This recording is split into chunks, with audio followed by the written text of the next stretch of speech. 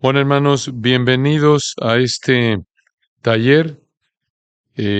Como pueden ver ahí en su folleto, el tema es la Biblia y el esposo cristiano, y eso es lo que queremos hacer, ayudarles en esta área, en un texto que quizás no esperan que vayamos a usar para ir ahí, pero como ustedes saben, la palabra es tan rica, tan profunda, que desde donde la abordemos podemos encontrar grandes riquezas. Entonces, vamos a orar y encomendamos este tiempo al Señor. Si me acompañan. Señor, bendecimos tu nombre con gratitud. A ti damos la gloria. Gracias, Señor, a ti. Damos la gloria a ti. Gracias por darnos la bendición de estar juntos. Gracias por esta conferencia. Gracias, Señor, por cada uno de mis hermanos aquí presentes, sus familias, iglesias que representan. Reconocemos que no hay ningún accidente, casualidad. Tú nos has colocado aquí en tu plan soberano perfecto y oramos porque nos des entendimiento en tu palabra para poder comprender estas verdades, aplicarlas a nuestra vida como hombres. Y oramos también por nuestra hermana Julia, que la bendigas junto con las hermanas, que les des sabiduría, Señor, que sea un tiempo productivo espiritualmente, que podamos entender mejor tu palabra para poder adorarte mejor a ti, a nuestro amado Señor Jesucristo. Amén. Bueno, hermanos, vamos a concentrarnos en esta tarde en Eclesiastés capítulo 4. Eclesiastés capítulo 4. Este es un pasaje que presenta varias realidades tristes de la vida diaria, tristes porque la vida diaria la vivimos bajo los efectos del pecado y la maldición de Génesis capítulo 3. Pero también aprendemos sabiduría en este texto que nos ayuda a vivir en este mundo de pecado.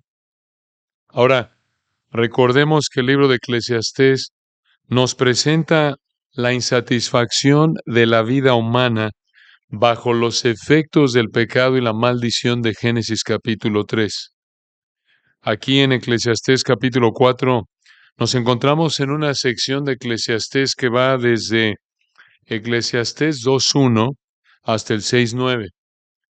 Y en esta sección vemos que Salomón investigó cómo es la vida desde el punto de vista de la experiencia humana y en general sin considerar a Dios.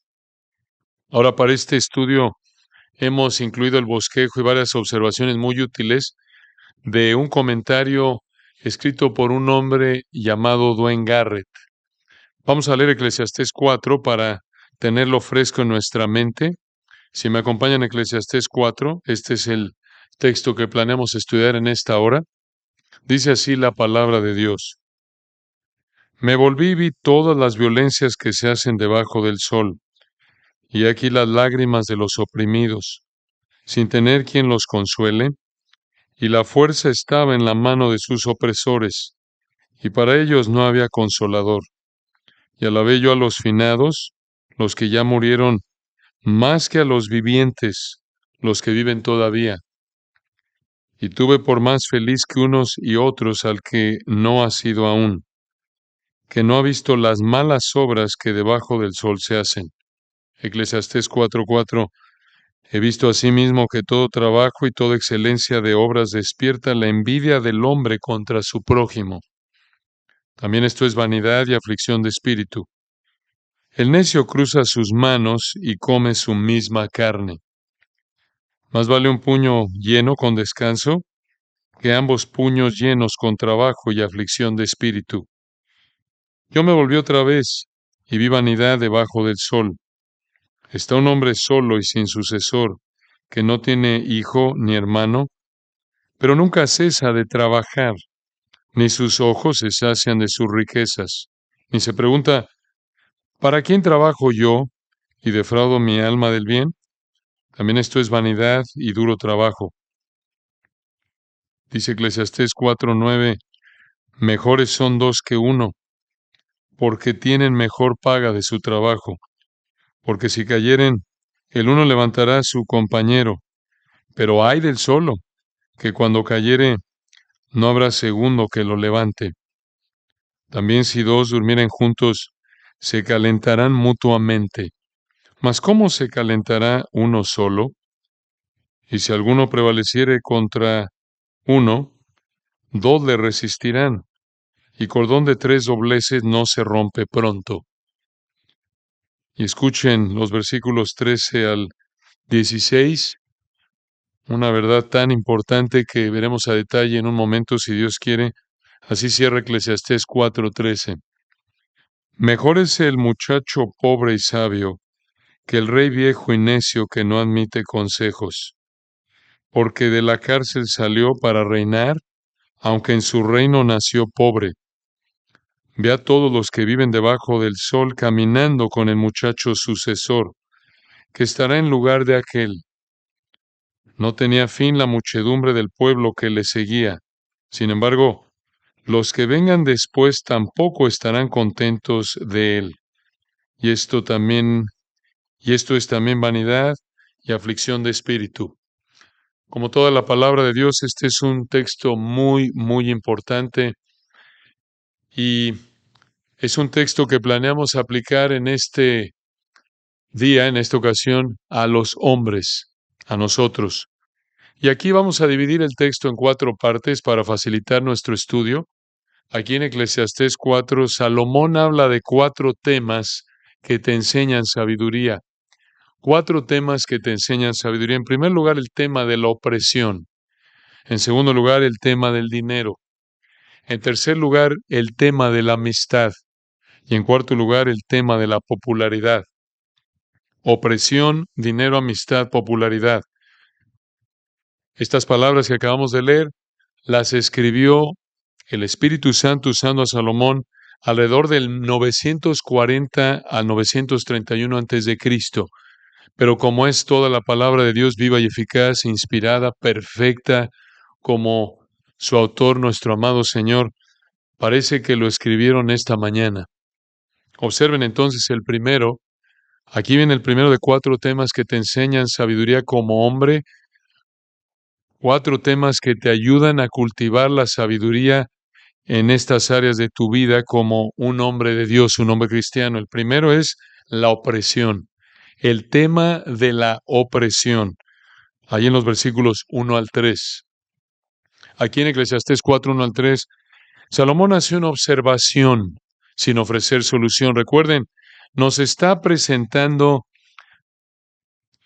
la vida humana, la vida aquí en la tierra, desde el punto de vista de la experiencia humana en general sin considerar a Dios. Recuerden, aquí esta es la realidad.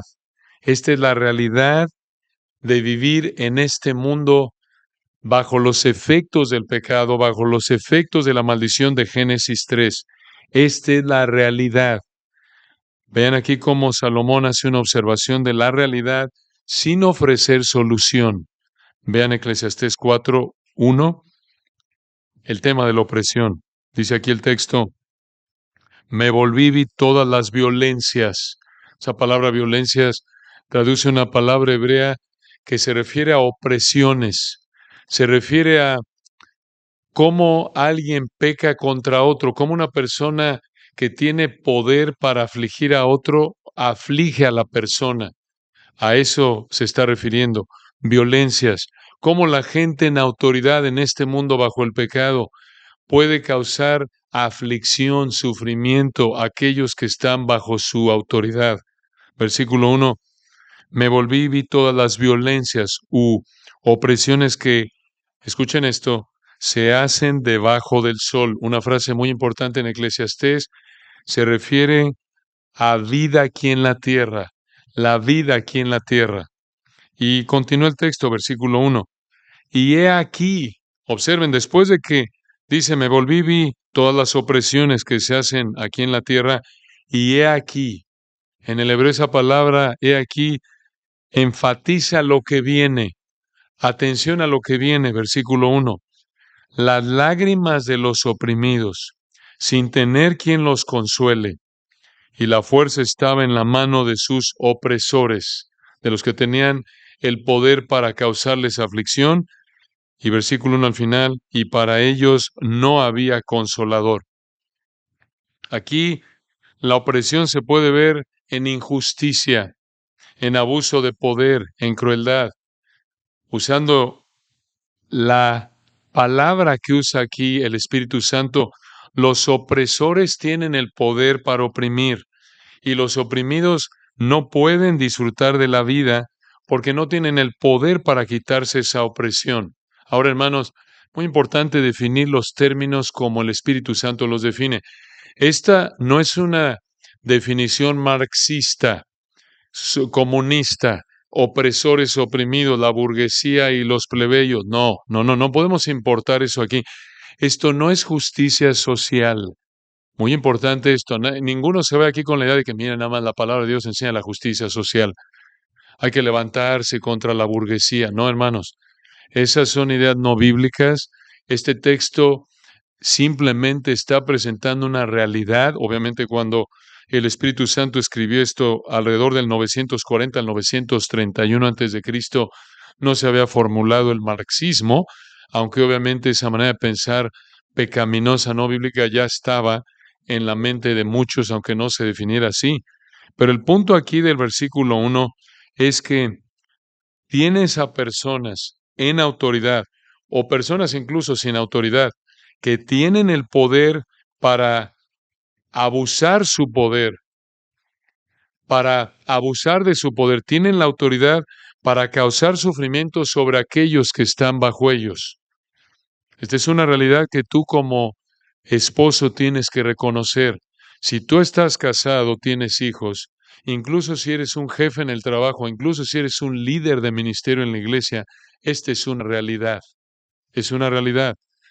Tú tienes cierto nivel de autoridad delegado por Dios, que si no lo usas de una manera que honra a Dios, tus decisiones, tus acciones como líder en la familia, en la iglesia, en el trabajo, pueden causar sufrimiento a aquellos que están bajo tu autoridad. Es una realidad.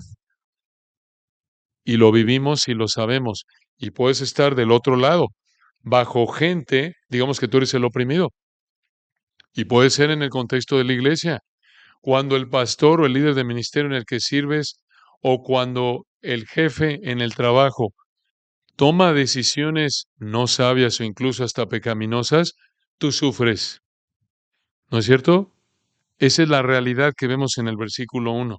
Entonces, la idea aquí es que, y obviamente hay diferentes niveles de sufrimiento, pero la idea aquí es que del versículo 1 es que los opresores tienen el poder para oprimir, los oprimidos no pueden disfrutar de la vida porque no tienen el poder para quitarse su opresión, y debido a esta situación tan terrible, versículo 2, Salomón concluyó esto, vean el 2, y alabé, o se puede traducir, felicité, o como lo traduce una versión, tuve por más afortunados, y continúa el texto, yo a los finados, esto es a los muertos, los que ya murieron, más que a los vivientes, los que viven todavía. Ahora, debemos aclarar que este versículo no apoya el suicidio, por supuesto. El suicidio nunca es presentado como una opción en las Escrituras. Es un pecado con consecuencias terribles. Pero Salomón dice aquí en Eclesiastés 4:2 que estaban mejor los que murieron que los que vivían. ¿Por qué? Porque los que vivían podían ver y hasta sufrir la realidad terrible de la opresión, de la injusticia que vemos ahí, por ejemplo, en el versículo 1. Y vean el versículo 3. De nuevo, estas verdades se pueden aplicar a diferentes contextos de autoridad gubernamental, familia, trabajo, incluso iglesia, tristemente.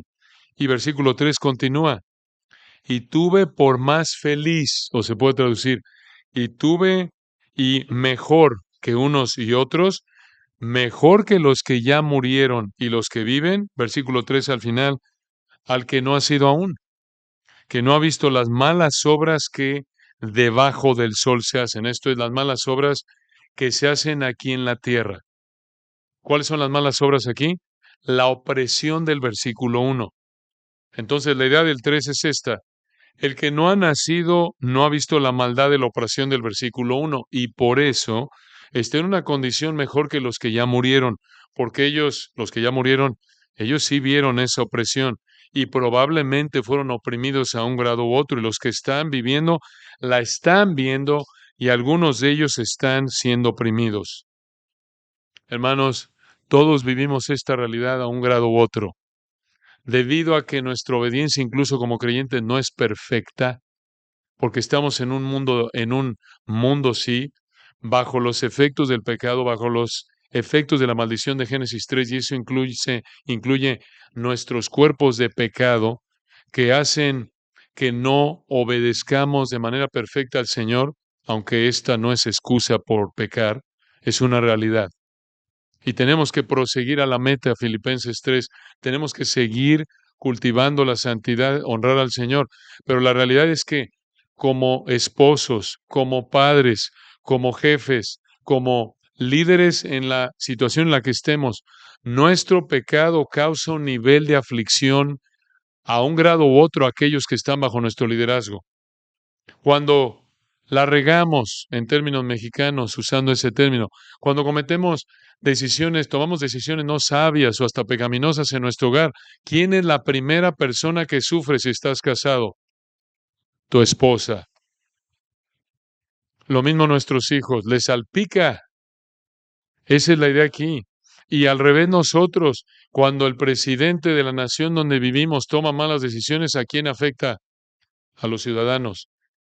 Igual la iglesia, igual en el trabajo. Ahora, esta realidad que son efectos, repetimos, del pecado, esta realidad de la injusticia, la opresión, de abusar, de explotar a otros, debe motivarnos por lo menos a cuatro cosas. Aquí hay cuatro implicaciones prácticas. Número uno, seamos compasivos. Seamos compasivos. Si Dios te ha colocado en en un puesto, en un lugar de autoridad, sea el que sea, en la iglesia, en el hogar, en el trabajo, sé compasivo con la gente que está bajo tu cuidado. No abuses de ella, no te aproveches. Vístete de amor, como dice Colosenses 3:12. Ese es, hermanos, en resumen, el liderazgo de nuestro amado Señor. Él no vino para ser servido, sino para servir. La inclinación pecaminosa es lo opuesto, usar la autoridad que Dios nos da para que nos sirvan como medio para alcanzar nuestros fines egoístas. Tenemos que resistir esa tentación pecaminosa. Incluso tú, si eres soltero hoy, tienes que reconocer esta inclinación pecaminosa en ti. Necesitas una sugerencia práctica. Cultiva el amor a otros, sirve a los que te rodean en tu casa, en el trabajo, en la iglesia. Entonces, en primer lugar, sé compasivo con la gente. Esto, de hecho, lo vemos también en Efesios 6, Colosenses 4, cuando el Señor le habla a los amos, aplicándolo a los jefes de trabajo, que sean considerados con sus empleados. Lo mismo los padres, no provoquéis a ir a vuestros hijos, Efesios 6. Otra implicación práctica de esta realidad pecaminosa de la opresión de la autoridad hacia los que están bajo su autoridad. Da bien por mal al que te oprime. Da bien por mal al que te oprime. Aquí es colocándonos en el otro extremo.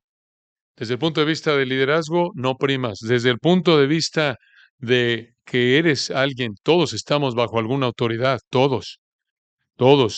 Tenemos que dar bien por mal al que nos oprime, al que peca contra nosotros, Romanos 12. Orar por ellos, ayudarles si necesita algo. Si tu enemigo tiene hambre, dale de comer. Si tiene sed, dale de beber. Ese es Romanos 12. Sea que otra vez en el trabajo tienes en términos de 1 de Pedro, un jefe difícil de soportar. Incluso en la iglesia, algún líder de ministerio que está sobre ti, te está causando algún tipo de aflicción. Dale bien por mal. Aquí, aquí vemos qué mal está el mundo con estas ideas pecaminosas de que, bueno, como yo soy descendiente de Moctezuma en México, Y como los indígenas fueron oprimidos por los españoles, pues ahora me la van a pagar los españoles y se las voy a cobrar. Eso es pecaminoso, eso es absurdo incluso. Tenemos que dar bien por mal, tenemos que orar por aquellos que pecan contra nosotros. Tercera implicación práctica aquí, y esta es la petición de oración número uno, por aquellos que están pecando contra ti. Ora por su salvación. Y claro, incluso ora por la salvación de aquellos que sufren.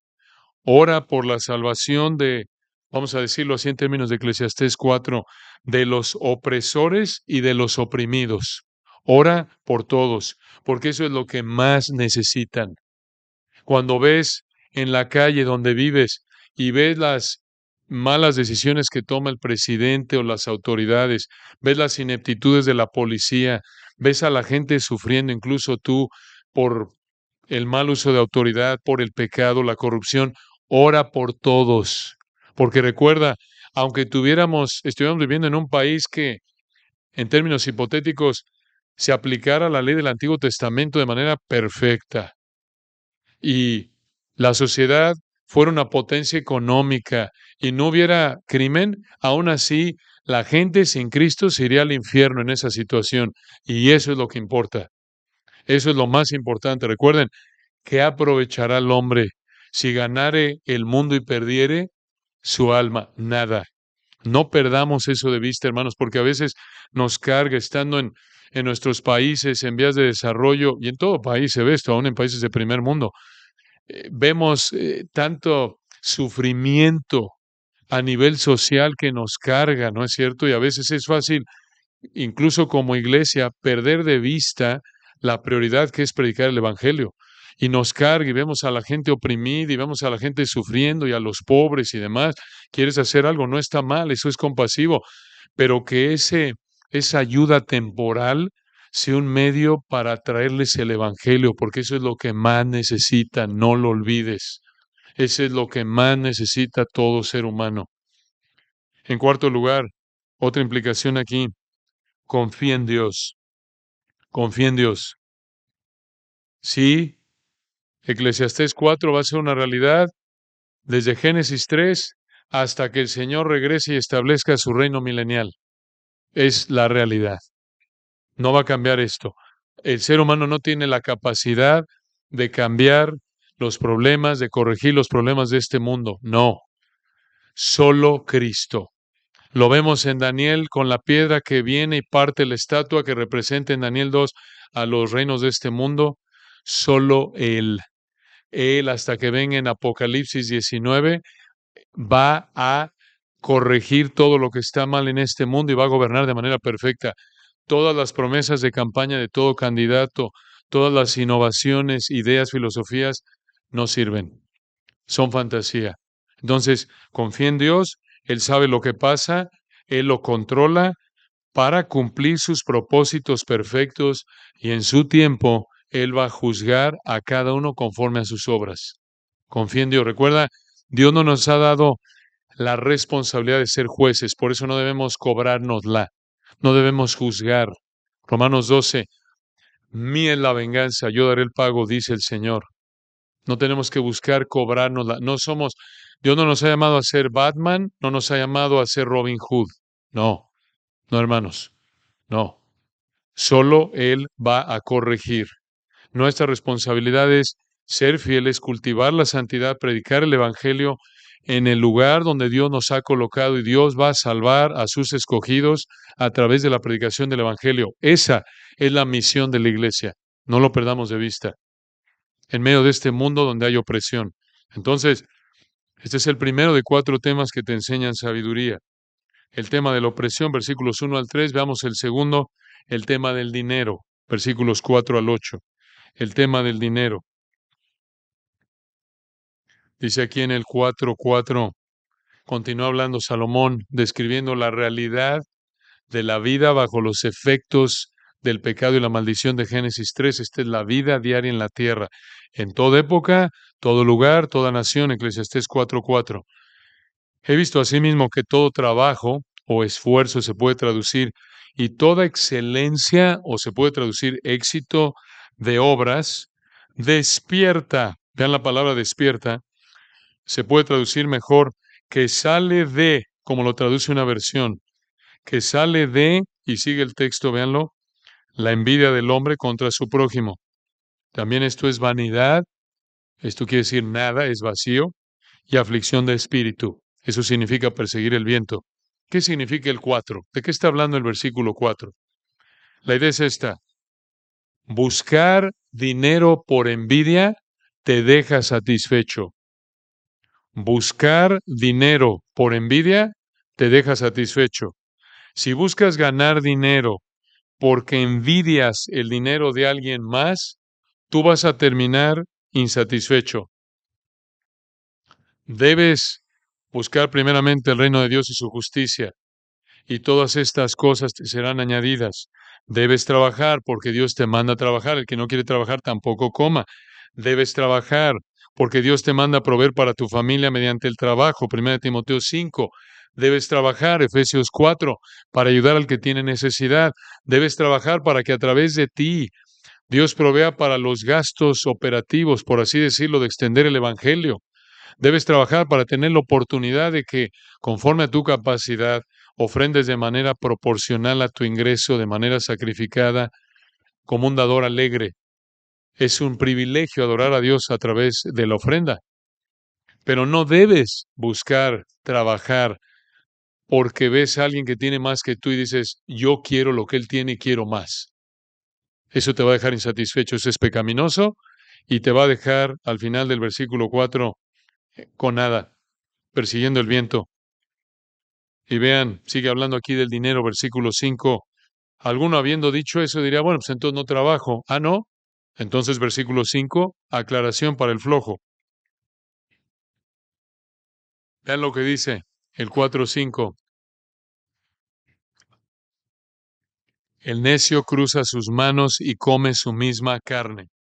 Obviamente esto es lenguaje figurado. La idea es que el necio cruza las manos. Es una ilustración, hasta es cómica. El necio es tan flojo que no hace nada, solo cruza sus manos, no hace nada. Y obviamente llega a tener a mí y empieza a comer su propia carne. Esa es la idea. El principio es que la flojera trae pobreza. La flojera trae pobreza, trae carencia. Esto no quiere decir que toda persona pobre es floja, no necesariamente. Lo vemos en Proverbios. Dios en su soberanía muchas veces trae pobreza a una persona para cumplir diferentes propósitos, para humillarlo, para llevarlo a confiar en Él, diferentes propósitos. Pero aquí tienes una verdad muy simple. Si tú tienes problemas de dinero, podría ser porque no trabajas lo suficiente. Así de simple. Si tú tienes problemas de dinero, no te alcanza, quizás es porque eres flojo. Y si no trabajas, no vas a tener para comer.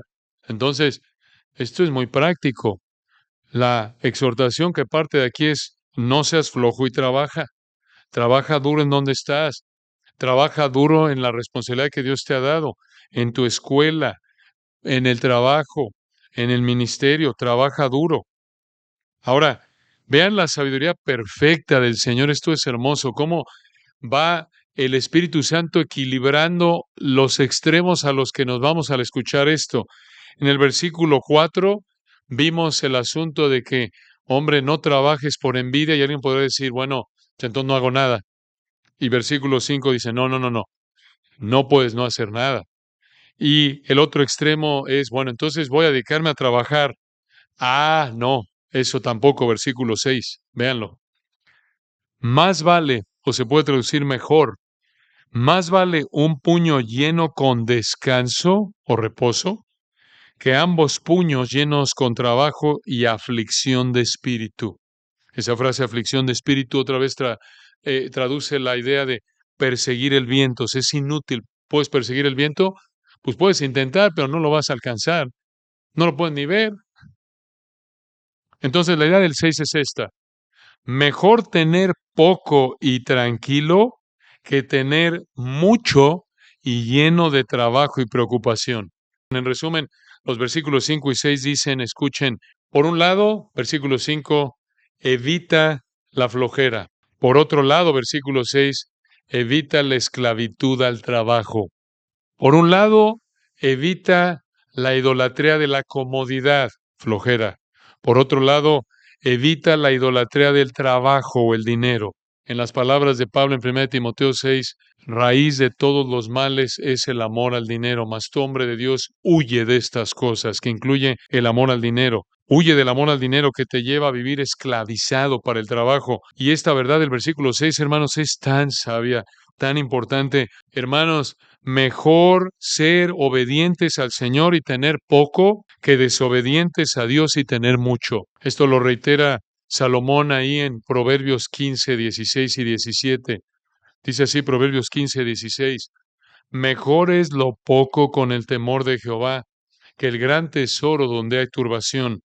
Y repite la misma idea y expande un poco la verdad ahí en el siguiente versículo, 15, 17 de Proverbios. Mejor es la comida de legumbres donde hay amor que de buey engordado donde hay odio. Y en esa época las legumbres, en el momento en el que se escribió ese proverbio, era comida de los pobres. Pero obviamente el buey engordado era como comer langosta hoy día o una de esas carnes aquí de primera de Colombia, ¿no? La tierra que fluye carne y fruta.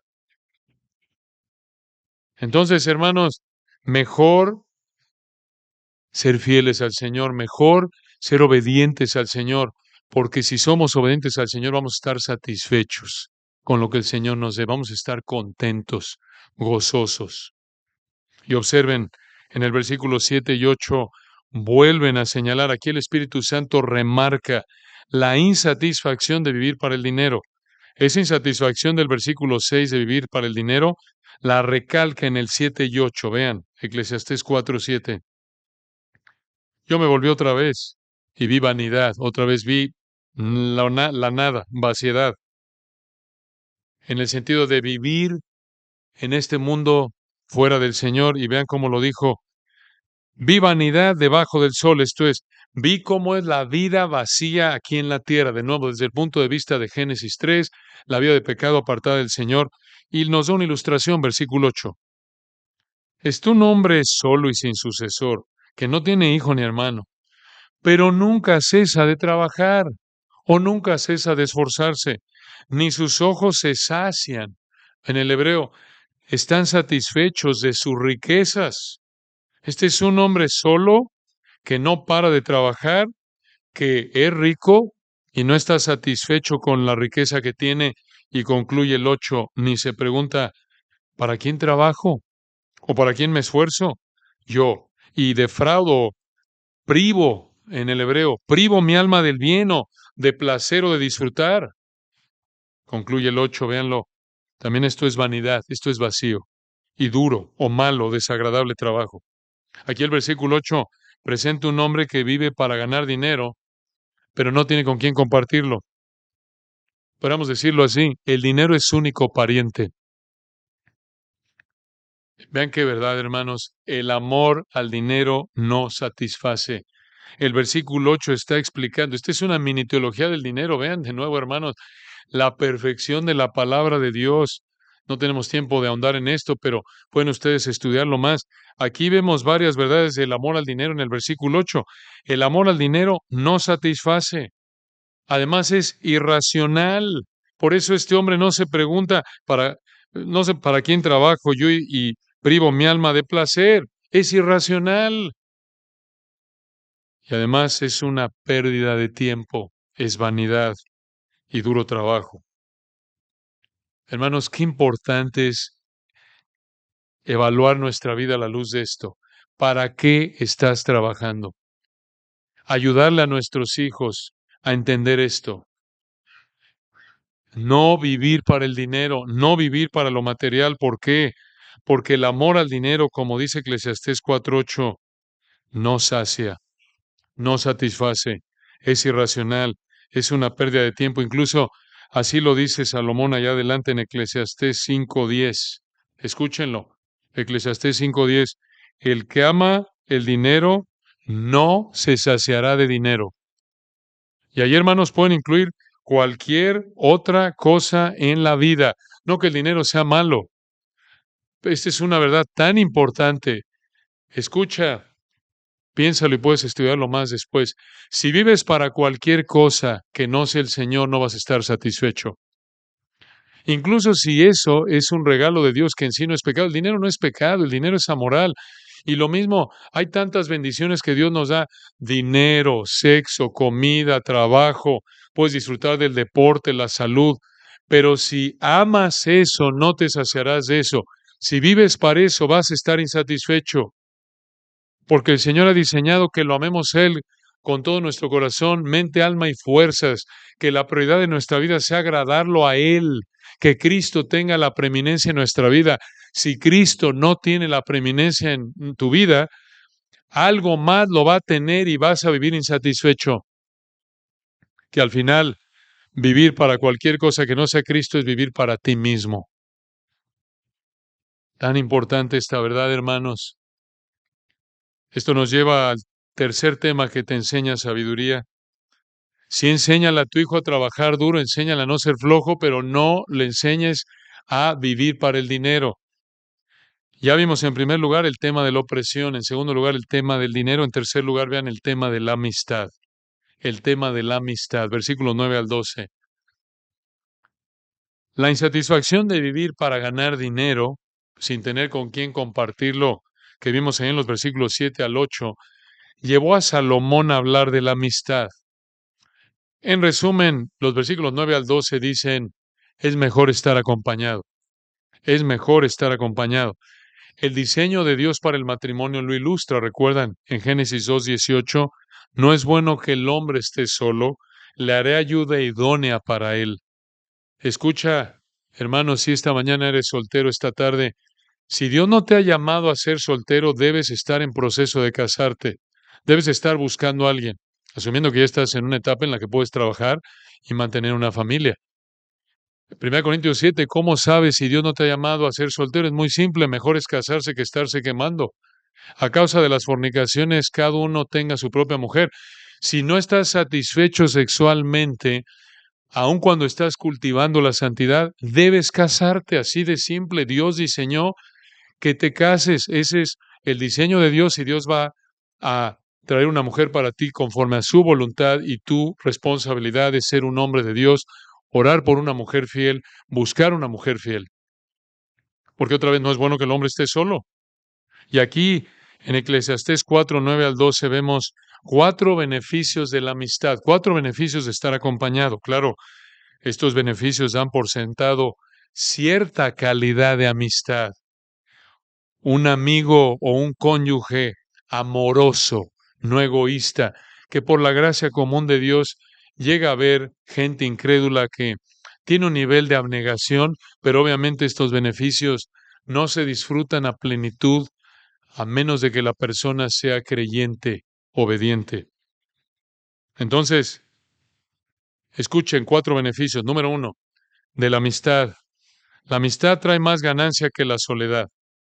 La amistad trae más ganancia que la soledad. Versículo 9. Mejores son dos que uno, porque tienen mejor paga de su trabajo. Ahora, este versículo simplemente está afirmando un principio. Dos ingresos producen más utilidad, más dinero que uno. No está enseñando que el hombre y la mujer en el matrimonio deben trabajar, no. La palabra es clara en esa área. Tenemos funciones diferentes. Antes y después de la caída, el hombre es llamado por Dios a amar a su mujer, Efesios 5, buscando apuntarla a Cristo, contribuyendo a su santidad como cristiana, proveyendo, protegiendo. La mujer es su ayuda idónea. Debe amar a su marido, sus hijos, su casa. Esas son las prioridades. Después de cubrir esas prioridades, entonces, si decide ese matrimonio que la mujer se involucre en alguna actividad fuera del hogar, es algo entre el matrimonio y el Señor, pero no debe descuidar la mujer, marido, hijos, casa, así como el marido no debe descuidar el cuidar a su esposa, sus hijos, proveerles un trabajo. Lo ilustra, por ejemplo, 1 Timoteo 3, recuerdan, para que un hombre sea anciano, debe gobernar bien su propia casa, porque el que no gobierna bien su propia casa, ¿cómo cuidará de la iglesia de Dios? Entonces, este es simplemente una realidad. Este es una ventaja de no estar solo, y es el énfasis aquí de los versículos 7 al 12. Y vean, versículo 10, segundo beneficio de la amistad. Tienes alguien que te ayuda en un momento de necesidad. Tienes alguien que te ayuda en un momento de necesidad. Versículo 10. Porque si cayeren, vean el texto, vean otra vez aquí la secuencia en el 9, la lógica. Mejores son dos que uno, porque tienen mejor paga de su trabajo. ¿Por qué? Porque 10, si cayeren, el uno levantará a su compañero. Pero hay del solo, que cuando cayere no habrá segundo que lo levante. Así de simple. Tienes a alguien que está a tu lado, te va a ayudar en momento de necesidad. Ahora, obvio, esto da por sentado que no eres una sanguijuela, ¿no es cierto? Porque también lo vemos en Proverbios, ¿no? El que continuamente está usando al amigo, explotando al amigo, pues el amigo no le va a durar mucho tiempo. Pero la idea es que hay un beneficio en la amistad, hay un beneficio. Y de nuevo, esto lo podemos ver ilustrado de la manera más pura, aunque no perfecta, pero sí genuina, en la iglesia. ¿Por qué? Porque en la iglesia, hermanos, ejercemos los unos a los otros. ¿No es cierto? Buscamos ayudarnos unos a otros. Según la actividad propia de cada miembro, nos servimos, nos ayudamos.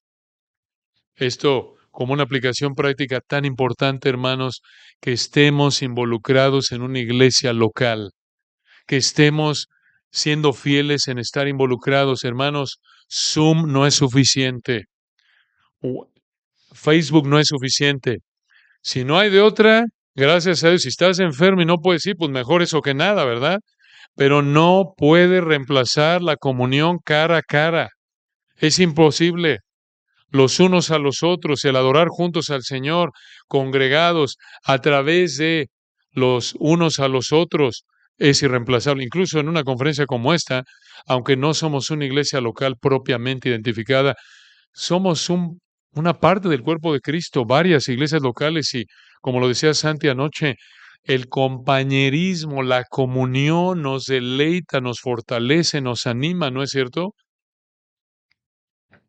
Un tercer beneficio de la amistad, versículo 11, tienes a alguien que te consuele, tienes a alguien que te consuele. Y otra vez, esto también, hermanos, se puede ver de manera única o ilustrado de manera ideal en la vida de la iglesia local. Versículo 11, 4:11. También si dos durmieran juntos, se calentarán mutuamente, mas ¿cómo se calentará uno solo? Esto aquí parece referirse a los viajeros que en esa época tenían que dormir cerca para calentarse en el frío del desierto. Parece que el principio se puede aplicar en términos de metáfora.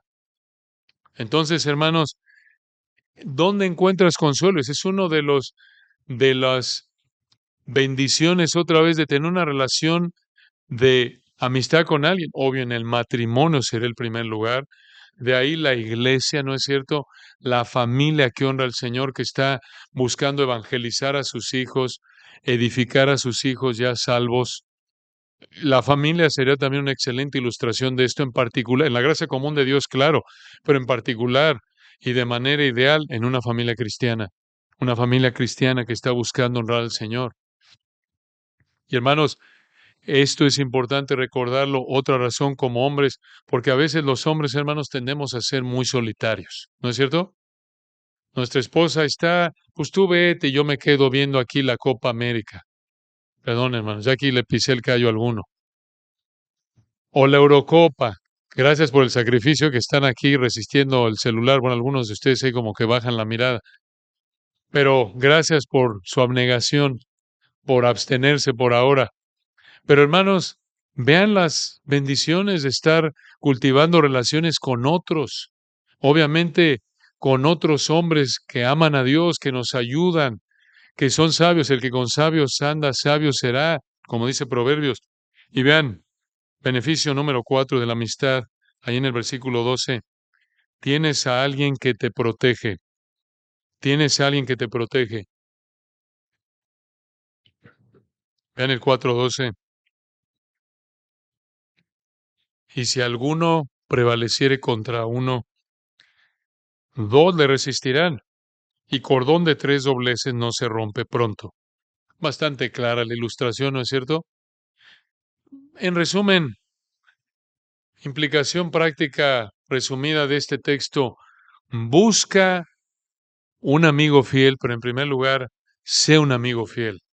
Sé un hombre de Dios para que seas una bendición a otro hombre de Dios. Cultiva relaciones con hombres de Dios que te ayuden a ser más obediente al Señor.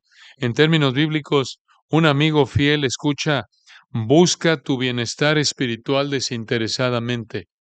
Un amigo fiel no es necesariamente el que sigue tomándose un café contigo después de 30 años y lo conoces desde que tenían 6 años. No, no necesariamente. Un amigo fiel no es necesariamente el que te presta dinero cuando necesitas y te cobra interés para que le devuelvas lo que te prestó con interés. Yo estoy para servirte, nada más aquí está, mira, aquí está el dinero, nada más ya sabes, compadrito, 10% por mes.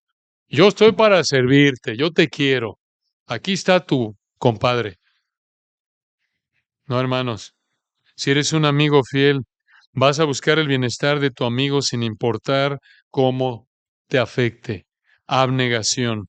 No es que, bueno, pues te echaría la mano, compadrito, pero la verdad no puedo porque me vas a dejar mal parado. No, hermanos, entendemos. Ayudas, sirves dentro de parámetros bíblicos, pero un amigo que honra al Señor es alguien de nuevo que refleja a Cristo, que no vino para ser servido, sino para qué? Para servir. Esa es la mentalidad de Cristo crucificado, de 1 Corintios capítulos 1 y 2. Eso es tener ahí en ese texto de manera, digamos, específica. Nosotros tenemos la mente de Cristo. Obviamente se puede aplicar a pensar como Cristo conforme a la palabra, pero en el contexto de 1 Corintios 1 y 2, tenemos la mente de Cristo, quiere decir que pensamos como Cristo crucificado. Quiere decir, esa es la cúspide de la abnegación. Cuando vemos al Señor entregando su vida sin pensar en Él. Jamás estuvo pensando en Él en términos de que, bueno, en la cruz ya dejó de pensar en Él y antes no. No, por supuesto que no. Él es perfecto, siempre santo, inocente, sin mancha. Pero en la cruz vemos la mente de Cristo como en ningún otro lugar. Vemos la expresión más clara de la abnegación, esto es, de pensar en satisfacer las necesidades de otros de manera desinteresada. Y hermanos, esto empieza en nuestra casa, el lugar más difícil, porque allí es donde nos cuesta más trabajo que en ningún otro lugar servir a nuestra esposa, a nuestros hijos. Allí empieza. Y aquí terminamos, hermanos, con uno más. Recuerden, aquí Salomón habla de 4 temas que te enseñan sabiduría. En primer lugar, el tema de la opresión. Segundo lugar, del dinero. 3, soledad. Y en cuarto lugar, popularidad. Popularidad. Versículos 13 al 16. Aquí vemos una historia simple que se repite a lo largo de la historia humana. Aquí en los versículos 13 al 16, Salomón describió la carrera política de un gobernante. Y vean que también se puede aplicar a la carrera profesional de un hombre de negocios, un deportista, un pastor, un predicador que vive en situaciones parecidas. Vean esto, hermanos, tanta sabiduría, tan útil, tan importante enseñar esto a nuestros hijos. Vean cómo la palabra de Dios nos da una perspectiva bíblicamente realista de la vida aquí en la tierra bajo los efectos del pecado para que seamos sabios, para que pensemos, evaluemos y vivamos con sabiduría. Vean esto, Eclesiastés 4:13. Mejor es el muchacho pobre y sabio que el rey viejo y necio que no admite consejos. Vean esto, aquí el rey está aislado, el rey está distante de las circunstancias que cambian, está distante de aquellos a los que gobierna, es soberbio, lo sabemos porque no es sabio, no admite consejos, es soberbio y por eso no admite consejos. Pero, versículo 13, el muchacho pobre es sabio y se ven que admite consejos y por implicación sabe cuándo actuar, como lo vamos a ver aquí en el texto que sigue. Hermanos, el versículo 13 de nuevo nos presenta tantas verdades tan importantes. Véanlo de nuevo. Mejor es el muchacho pobre y sabio que el rey viejo y necio que no admite consejos. Este texto muestra que tener muchos años no necesariamente significa que alguien es sabio. Esta es una advertencia para algunos de nosotros que quizás ya hemos estado unos años y quizás aquí en la tierra, quizás ya han pasado ciertos años y ya tus hijos son adultos y tienen nietos o bisnietos, o ya has trabajado 30, 40 años, incluso en el ministerio, y ya piensas que has visto todo. La tentación para ti, si estás en esa época de la vida por la gracia común de Dios, es ser soberbio, pensando, a mí nadie me puede enseñar nada. Esa es la actitud del rey necio aquí. No admite consejos. Terrible, hermanos. Tenemos que pedirle al Señor que nos ayude a evitar esa tendencia. También vean aquí que tener muchos años, ya vimos, no necesariamente significa que alguien es sabio. Si tienes una persona humilde que ha vivido mucho, hombre, ese es un privilegio, porque entiende, y esta es la actitud que debemos tener. Sabes que han pasado muchos años, he vivido muchas cosas y me doy cuenta cada vez que necesito más al Señor que nunca, que no sé nada. Esa es la actitud de Job. Esa es la actitud que dice el cuerpo, lo que Pablo dice en Eclesiastés en 2 Corintios 4, el hombre exterior se va desgastando, pero el interior se renueva de día en día. Esa es la actitud correcta de alguien controlado por el Espíritu, que tiene ya sus años, pero tiene la humildad de decir, ¿sabes qué? Entre más pasa el tiempo, más estudio la Biblia, más me doy cuenta de que no soy nada, que soy más pecador de lo que pensaba, que sé menos de lo que pensaba, que peco más de lo que pensaba. Esa es la actitud humilde. Ese hombre es una joya. Y lo mismo, vean, tener mucho poder, no necesariamente, mucho dinero y mucho poder, no necesariamente significa que alguien es sabio, porque obviamente este es un rey en el 13. Mejor el muchacho pobre y sabio que el rey viejo y necio que no admite consejos. Este rey tiene poder, tiene dinero. No por eso era sabio, era un necio, no admitía consejos. Cuidado, no piensas que porque tienes poder y dinero eres sabio. Que esa es la tendencia del mundo, ¿no? ¿A quién respeta el mundo? A los más ricos, ¿no es cierto? A los más ricos. No por eso son sabios. Muchas veces son los más necios, soberbios. Viven para el dinero, ya lo vimos, y viven insatisfechos. Vean, pero aquí nos dice por qué, versículo 13. Mejor es el muchacho pobre y sabio que el rey viejo y necio que no admite consejos. 14. Porque de la cárcel salió para reinar, aunque en su reino nació pobre. Vean, el rey necio del versículo 13, según el 14, escuchen. El rey necio del versículo 13, cuando fue joven, según el 14, supo aprovechar las oportunidades, fue humilde, aunque venía de un trasfondo pobre, sin poder, pero pasaron los años y en el versículo 13 se volvió un hombre necio. ¡Qué advertencia! ¿Cuántos gobernantes, incluso hermanos, cuántos de nosotros en Cristo, cuántos terminamos así, empezamos bien y terminamos mal? Venimos de un trasfondo sin poco, anónimos, sin dinero, de ignorancia, no mucha preparación, y pasan los años y nos ensoberbecemos. ¡Qué terrible! ¡Qué soberbia! Ya ni me saluda aquel. ¿Por qué? Pues servíamos en el ministerio poniendo sillas hace 20 años, pero ya desde que enseño en una escuela dominical de 5 hombres ya no me saluda. ¿Por qué? Porque ya transmite su estudio para 5 hombres por YouTube. Ya no me saluda porque es un influencer, porque da un estudio a 5 hombres. No, hermanos, no puede ser así. Debemos ser al revés, de nuevo, como cristianos en nuestra vida espiritual, ser más fieles con el paso de los años para terminar al mayor nivel de fortaleza espiritual. Ser como José, Daniel. ¿Recuerdan ahí en Génesis, en Daniel, que venían de trasfondos humildes. Bueno, Daniel no tanto, pero aun cuando llegaron a la cúspide del poder, eran más humildes o igual de fuertes que cuando eran jovencitos. Más aún, no afectados por el poder, eran hombres de Dios.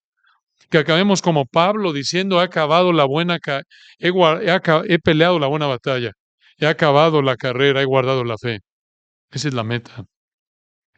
Y vean versículo 15, algo que vivimos a diario. Versículo 15, ve a todos los que viven debajo del sol caminando con el muchacho sucesor, el muchacho sabio del versículo 13, que estará en lugar de aquel. Esto es de aquel, del 13, de aquel rey viejo y necio que no admite consejos. Vean aquí, la implicación del 15 es que la gente ya no quiere al rey necio del versículo 13.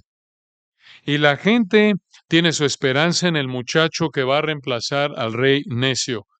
Por eso lo siguen. Este muchacho, como vimos en el versículo 13, sabe cómo ganarse a la gente, es humilde, sabe cómo actuar, la gente está contenta con él. Recuerden, en el versículo 14 vimos que el rey, que ahora es viejo y necio, también en algún punto de su vida, años antes fue así cuando iba camino al trono. Y observen, hermanos, en el 16 la popularidad del joven que iba camino al trono, pero vean, hermanos, lo temporal que fue la popularidad. Versículo 16, 4:16. No tenía fin la muchedumbre del pueblo que le seguía al joven que iba a reemplazar al rey necio. 4:16. No tenía fin la muchedumbre del pueblo que le seguía. Sin embargo, los que vengan después tampoco estarán contentos de él. Y esto es también vanidad, esto es vaciedad, nada, y aflicción de espíritu, perseguir el viento. ¿Qué es esto? El joven va a llegar al trono, el joven pobre y sabio. Y ya en el trono la gente tampoco va a estar contenta con él. Y van a volver a esperar que el que viene después de él haga las cosas como la gente espera. ¿Dónde hemos visto esto? Toda la vida. Esta es la historia de los gobernantes, ¿no es cierto? Y me apena, hermanos, que están involucrados en la política, pero esta es la vida de la política. Esta es la realidad. No, no es que ahora sí ya tengo las promesas de campaña, ahora sí con esto ya vamos a cambiar el país. Eso es una ilusión. En tan solo 4 versículos, escuchen, Dios comprime aquí en los versículos 13 al 16, en tan solo 4 versículos, el Señor comprime el ciclo de insatisfacción de popularidad política en la que vive el mundo. Tantas implicaciones prácticas aquí. No busques la popularidad, busca agradar al Señor. La popularidad es temporal. La popularidad es en muchos casos, como lo vemos a la luz de este texto y en otras partes de la Biblia, determinada por la perspectiva tendenciosa, limitada, pecaminosa del ser humano, incluso dentro de la iglesia local. Por eso Pablo dijo en 1 Corintios 4, miren, yo en muy poco tengo el ser evaluado por ustedes mismos, ni aun yo me juzgo a mí mismo, sino el que me juzgue es el Señor. Así debemos de vivir. Claro, consideramos a la gente, somos amorosos, pero al final debemos vivir para agradar a nuestro amado Señor Jesucristo. Es que, oye, pero ya oíste lo que dijo aquel, no, no hay que cambiarla acá. Ya oíste lo que dijo aquel, no, les gusta más esto, lo otro. Aún en la iglesia, esto se aplica para la iglesia. No busques la popularidad. Eso ilustra que estás buscando verte bien, no que Cristo se vea bien. No nos predicamos a nosotros mismos, sino a Jesucristo como Señor. Y eso de no nos predicamos a nosotros mismos quiere decir no buscamos llamar la atención a nosotros mismos, sino a Jesucristo como Señor. Y nosotros como vuestros siervos o esclavos por amor de Jesús. Eso es lo que somos. ¿Somos pastores o no? Enséñale esto a tus hijos, tan importante. Desde chicos lo vemos la tentación, la tendencia pecaminosa a buscar la popularidad. Desde niños, el niño, y queremos que nuestros niños sean el popular o estén en el grupo popular o por lo menos sean amigos del popular y estén, y hermanos, vean, somos igualitos a los niños. Misma naturaleza pecaminosa, nada más que ya más grandes, somos más, tenemos más experiencia en disfrazarlo, pero es igual, como los niños, quieren estar con el que tiene el mejor juguete, con el más guapo, la más bonita, el del apellido tal, el más simpático, el más visible, el que canta mejor, el que tiene a los mejores amigos, el que tiene los mejores juguetes. Somos iguales. No, hermanos. Estemos satisfechos con el lugar que Dios nos ha dado, que recuerden, somos pecadores, no merecemos nada más que el infierno y lo que el Señor nos dé es gracia. Que el Señor nos ayude a estar contento con lo que el Señor nos da, buscando serle fieles, buscando ser obedientes, sabiendo que esta vida es como neblina por el tiempo que el Señor nos dé, que seamos obedientes y que el Señor nos ayude a cultivar la manera de pensar de Cristo que está revelada en su palabra. Oremos. Padre, gracias de nuevo. Qué belleza es ver tu palabra. Nos anima, nos deleita. Y esto es porque tú nos deleitas. Nos encantan tus perfecciones reflejadas en tu palabra. Ayúdanos, Padre. Te agradecemos porque abrimos tu palabra y penetra hasta partir el alma y el espíritu. Nos confronta, nos muestra que exactamente somos como describes aquí en Eclesiastés que somos. Esta es nuestra inclinación pecaminosa. Incluso ya en Cristo tú sabes que estos deseos pecaminosos van en esa dirección de manera automática. Ayúdanos, Padre, a quitarnos maneras de pensar no bíblicas y ser transformados por medio de la renovación de nuestro entendimiento en estas áreas de la opresión, el dinero, la soledad, la popularidad. Gracias, Padre. Gracias por mis hermanos. Ayúdanos, Señor. Confesamos tantas áreas de pecado, Señor, en estos temas que hemos cubierto. Llévanos a cada uno a evaluar, a confesar, a cambiar, por tu gracia a cultivar una manera de pensar y actuar bíblica para honrarte, para ser una bendición a las familias, iglesias donde nos has colocado y testigos fieles en el mundo incrédulo en el que vivimos. Para tu gloria. Amén.